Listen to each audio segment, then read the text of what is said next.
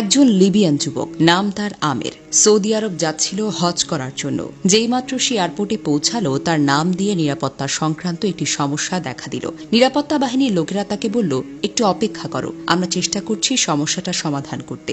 এই সময় অন্য সব হাজিরা তাদের প্রক্রিয়া শেষ করে প্লেনে উঠে পড়ল, আর প্লেনের দরজা বন্ধ হয়ে গেল। কিছুক্ষণ পর সমস্যা ঠিক হয়, কিন্তু পাইলট দরজা খুলতে রাজি হল না। প্লেন চলতে শুরু করলো এবং আমেরকে ফেলে রেখে উড়ে গেল। অফিসার তাকে সান্ত্বনা দিয়ে বলল, মন খারাপ করো না, হয়তো এটা তোমার ভাগ্যেই ছিল না। কিন্তু আমিরের জন্য ছিল অটল বিশ্বাস।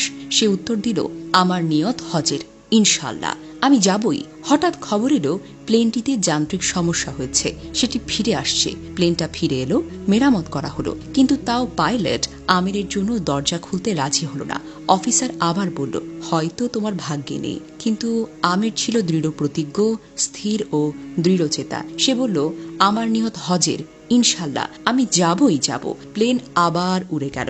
কিছুক্ষণ পর আরেকটা খবর এলো, প্লেনে আবারও সমস্যা হয়েছে। এবার নিজেই পাইলট বললেন, আমি আর উড়ব না যতক্ষণ না আমের প্লেনে ওঠে। শেষ পর্যন্ত আমের প্লেনে উঠল। সৌদি এয়ারপোর্ট থেকে সে একটি ভিডিও করল। তার আনন্দ ছিল বর্ণনার বাহিরে। এই ঘটনা আমাদের কি শেখায় জানেন?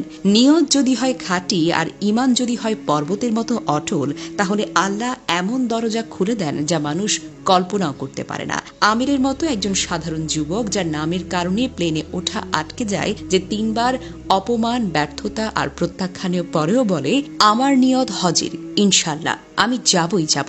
তাহলে এটা কেবল কথা নয়, এটা হলো ঈমানের ঘোষণা। আল্লাহ বারবার প্লেনের গতি থামিয়েছেন, পরিস্থিতি উল্টে দিয়েছেন, শুধু একজন বান্দার অটল নিয়তের কারণে। এটাই হলো ঈমানের শক্তি। আল্লাহ নিজে বলেছেন, যে আল্লাহকে ভয় করে তিনি তার জন্য উত্তরণের পথ করে দেন। সূরা তালাক আয়াত সংখ্যা 2। আল্লাহ যার জন্য যা চান তার জন্য সহজ করে দেন। সূরা আলা আয়াত 8। তাই আমাদের উচিত পথ যত কঠিন হোক বিশ্বাস হারানো নয়, বরং আরো বেশি দোয়া, আরো বেশি দৃঢ়তা। ফলাফল নয়, নিয়ত ঠিক করাটা জরুরি, কারণ নিয়ত খাঁটি হলে ফলাফল আপনা আপনি চলে আসবে।